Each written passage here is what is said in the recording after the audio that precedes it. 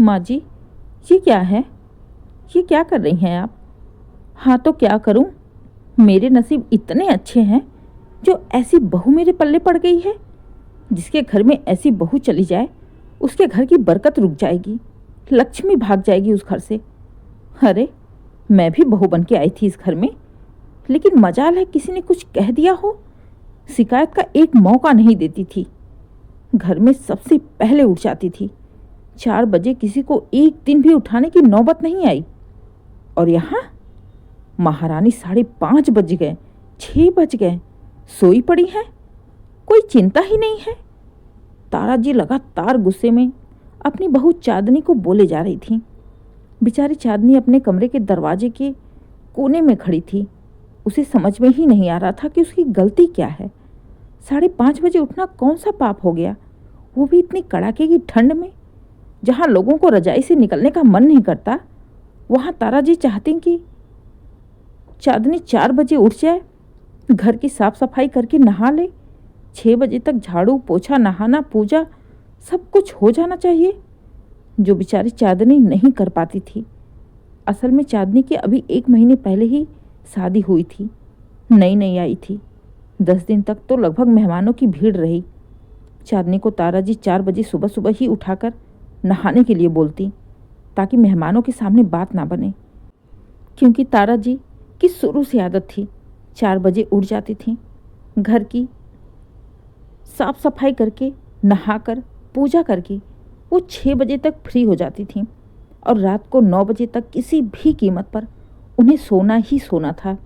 8 बजे उन्हें खाना चाहिए ताकि वो 9 बजे तक आराम से सो सकें, तभी तो 4 बजे उठ पाएंगी। और यही दिनचर्या वो चांदनी के साथ भी चाहती थी। जब तक मेहमान थे चांदनी ने कुछ भी नहीं कहा, लेकिन सबके चले जाने के बाद घर में बस तारा जी, चांदनी, चांदनी के पति अनुराग ही रह गए। इसलिए अब चांदनी भी थोड़ी सी फ्री हो गई थी। ठंड दिन पर दिन बढ़ती जा रही थी। जनवरी की भयंकर ठंड थी, चारों तरफ कोहरा ही रहता था, दिन रात का पता ही नहीं चलता। 2 लोग ही थे घर में, ना स्कूल जाने के लिए कोई छोटा बच्चा था और ना ही अनुराग को जल्दी ऑफिस जाना होता।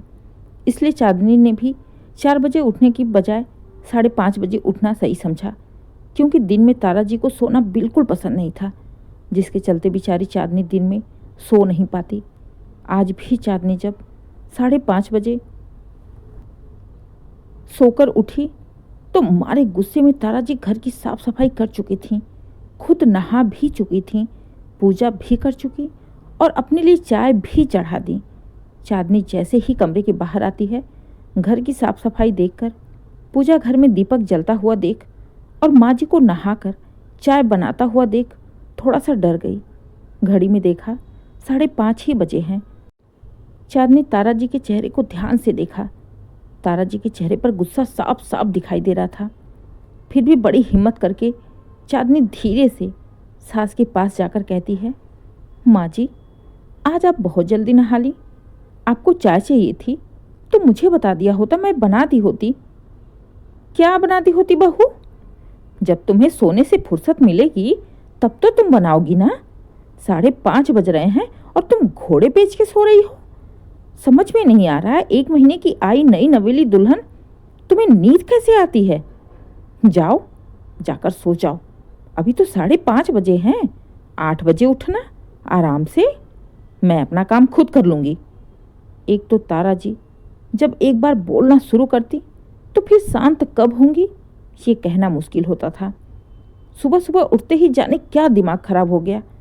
सास के मुंह से अपने लिए तीखी और कड़वी बातें सुन बेचारी चांदनी की आंखों में आंसू आ गए। आज के दिन की शुरुआत ही ऐसी हो गई। तभी कमरे से अनुराग भी निकल के आया। चांदनी को ऐसा खड़ा रोता हुआ देख बोला, क्या हो गया चांदनी, सुबह सुबह तुम रोने लगी, क्या बात है? अनुराग के पूछने से चांदनी और भी रो पड़ी और भागते हुए अपने कमरे में चली गई। अनुराग माँ के पास जाकर कहता है, माँ, क्या बात है, चांदनी रो क्यों रही है? बेटा, अब मुझे क्या पता क्यों रो रही है, अभी तक तो तुम्हारे पास ही थी ना, सो ही रही थी ना, उठते ही रोने लगी तो मुझे क्या लेना देना है? जाकर पूछो क्यों रो रही है। मुझे ना मतलब है। माँ की कड़वी बातें सुन अनुराग हैरान था। वो समझ गया कि जरूर माँ ने ही कुछ कहा है। माँ, ये सुबह सुबह आप कैसी बातें कर रही हैं? क्या हो गया? हुआ क्या है बेटा? 8 बजे तक पत्नी को लेकर सोते रहो। घर की जिम्मेदारी से कोई मतलब नहीं रखना है। ये उठने का टाइम है? 5:30 बज गए। सास उठकर घर की साफ सफाई करके नहाकर पूजा कर ले, अपने लिए चाय भी बना ले, और बहू आराम से घोड़े बेच के सो रही है, और तुम भी उसे लेकर सो रहे हो। तुम्हें भी शर्म नहीं आ रही ना? अरे माँ, ये कैसी बातें कर रही हो? 4 बजे उठकर अब क्या करोगी आप, जरा ये बताना। अरे बेटा, 4 बजे उठकर बहुत काम होते हैं, तुम्हें कहना है ना? अच्छा माँ, अब जरा बता दो कि कौन सा काम है। आप भी तो फ्री हो गई। 6 बजते चाय लेकर रजाई में आ गई, अब बैठी रहोगी? 3 लोगों का नाश्ता बनाना है, कितना टाइम लगेगा? और अभी 9 बजने में 3 घंटे बाकी हैं। क्या करोगी 3 घंटे आप, बताओ। बेटा, कुछ करें या ना करें, लेकिन ये कोई उठने का तरीका नहीं होता है। घर की बहू को 4 बजे उठना ही चाहिए। घर की लक्ष्मी होती हैं। मैं भी जब बहू बन के आई थी तो 4 बजे उठती थी। मजाल है कभी मैं 5:30 बजे उठ जाऊं? वो दिन और आज का दिन, तब और आज मेरा नियम वही बना पड़ा है। माँ, तब में और आज में जमीन आसमान का अंतर है। तब घर में सब लोग 8 बजे तक खा पी कर सो जाते थे। वही आदत आपको लगी है। पापा भी आ जाते थे, सब काम जल्दी हो जाता था।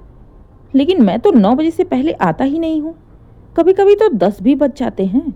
माँ, मेरा काम अलग है, और घर में आते ही तुरंत तो खाना खाने बैठूंगा नहीं।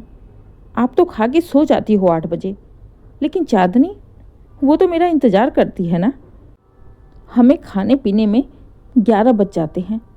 और माँ, मैं आपको क्या बोलूँ, मुझे समझ में ही नहीं आ रहा कि मुझे बोलना चाहिए नहीं बोलना चाहिए। नई नई शादी हुई है हमारी, पूरे दिन मुझे टाइम नहीं मिलता चांदनी से बात करने के लिए। आपको खुद सोचना चाहिए। जब तक हम खा पी कर सोने जाते हैं, आपकी एक नींद पूरी हो जाती है। हमारे सोने तक आप अच्छी खासी नींद ले लेती हो। तो माँ, आपकी नींद तो खुल ही जाएगी ना 4 बजे तक। लेकिन जो 12 बजे तक सोएगा, उसकी नींद कैसे पूरी होगी? दिन में आप सोने नहीं दोगी तो क्या ज़रूरत है बेटा 12 बजे तक जागने की? 9 बजे आते हो, खा पी कर 10 बजे तक सो जाओ। माँ, मैं आपको कैसे समझाऊं, समझ में नहीं आता। आप समझना क्यों नहीं चाहती?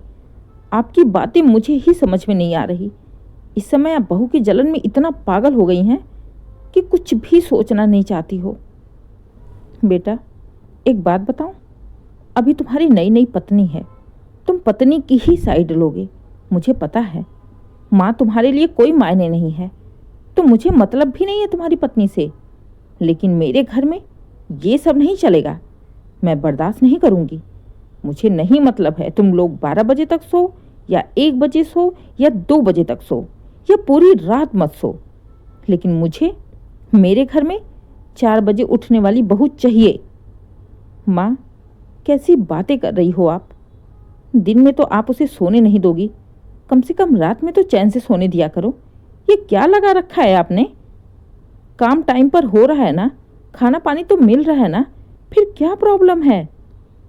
मैं नहीं जानती बेटा, जो इस घर में मैंने नियम बना दिया है उसी के हिसाब से चलना पड़ेगा। नहीं हो पा रहा बहू से, नहीं सो पा रही रात को जल्दी, तो उसे मायके भेज दो। जाए, जल्दी सोने की आदत डाले और उठने की आदत डाले, इसके बाद आए। मैं अपने नियम का उल्लंघन बर्दाश्त नहीं कर सकती। तारा जी की सख्त और कड़वी बातें सुन अनुराग भी शांत हो गया। तो ठीक है माँ, मायके तो नहीं जाएगी चांदनी, और आपके नियम में और मेरे नियम में बहुत अंतर है।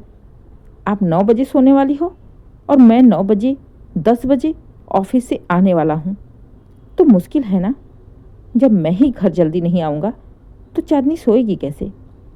माँ, मुझे नहीं लगता कि हम दोनों से आपका नियम हो पाएगा, और रोज़ रोज़ घर में ये कलेश मैं बर्दाश्त नहीं कर पाऊँगा।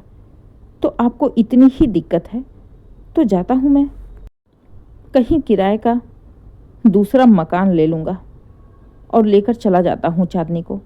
फिर आप अपने नियम से अपने घर को आराम से चलाते रहिएगा। आपको अपने बेटे बहू से नहीं मतलब है, आपको अपने बनाए हुए नियम से मतलब है।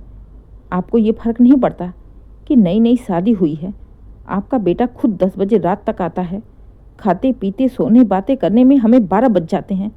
फिर 4 बजे कैसे उठ जाएगी? वो भी इंसान है, वो भी थक जाती है, ठंड उसके लिए भी है। आप तो 6 बजे फ्री होकर रजाई में बैठ गई। वो तो उठेगी, सबके लिए नाश्ता बनाएगी, सारे जूठे बर्तन धोएगी, किचन साफ करेगी, फिर दोपहर का खाना बनाएगी, शाम की तैयारी करेगी। कोई ना कोई काम तो आप लगा कर ही रखोगी ना पूरे दिन। उसे आराम तो करने नहीं दोगी, क्योंकि आपके नियम में दिन में सोना तो है नहीं। ऐसे तो वो बीमार हो जाएगी इतनी कड़ाके की ठंड में। और वैसे भी अभी 1 महीना हुआ उसे आए हुए। लड़कियां अपने माँ बाप के घर से इतनी जिम्मेदार होकर नहीं आती हैं जितना ससुराल में उसे समझा जाता है। हर माहौल में ढलने के लिए समय चाहिए होता है, जो आप उसे देने वाली नहीं। हम समय के पीछे जाकर आपके हिसाब से अपने आप को ढाल लें, लेकिन आप बच्चों के, समाज के, समय की मांग के अनुसार अपने आप को नहीं बदल सकती। तो माँ, आपके अनुसार बदलकर हमें कोई लाभ नहीं होगा, हमारा नुकसान होगा। लेकिन अगर आप अपने आप को बदल लोगी, समय के अनुसार बदल जाओगी, तो ये घर टूटने से बच जाएगा। फैसला आपके ऊपर है। जैसा होगा शाम को मैं ऑफिस से आऊँगा, बता देना। बहुत बड़ा परिवार नहीं है, ना कोई बच्चे स्कूल जाने वाले हैं, ना किसी को जल्दी ऑफिस जाना है, जो आप इतना हाय तौबा मचा रही हैं। फिलहाल तो मैं जा रहा हूँ। आज आपके इस नियम के चलते सुबह सुबह दिमाग खराब हुआ पड़ा है। जो भी होगा, जैसा भी होगा, सोच समझकर शाम को बता देना। मैं अगले दिन ही चांदनी को लेकर चला जाऊंगा। अनुराग का कड़क फैसला सुनकर तारा जी को लगा कहीं सच में अनुराग चांदनी को लेकर कहीं रहने चला न जाए। फिर मैं अकेले इस घर में रहकर भी क्या करूंगी? पति तो है नहीं, बेटी भी नहीं है, एक बेटा ही है। अगर वो भी चला गया तो नहीं नहीं, ऐसे तो मैं अकेली पड़ जाऊंगी। मुझे लगा मेरी बातों का असर होगा इन दोनों पर, लेकिन मुझे क्या पड़ी है। नहीं समझना है तो मत समझें। मैं तो इनकी भलाई के लिए कह रही थी। घर में लक्ष्मी आती हैं, बरकत होती है। मुझे क्या करना है? कुछ दिन की जिंदगी बची है। मैं भी कल से 4 बजे नहीं उठूंगी। जिसकी मर्जी जब सोए जब उठे। मैं किसी को कुछ भी नहीं बोलूंगी। जब मेरे बोलने से बेटा घर छोड़ने के लिए तैयार है, इससे अच्छा मैं शांत ही रहूं। तारा जी ने गुस्से में ही सही, लेकिन अपनी जिद छोड़ दी थी। तारा जी इस समय गुस्से में थी, इसलिए वो समझ नहीं रही थी कि घर में बरकत 4 बजे उठने से भी ज़्यादा सुख शांति से रहने में, हंसी खुशी से मिलकर रहने में होती है, जमाने के हिसाब से चलने में होती है, ना कि कड़ाके की ठंड में बहू को 4 बजे उठाने में।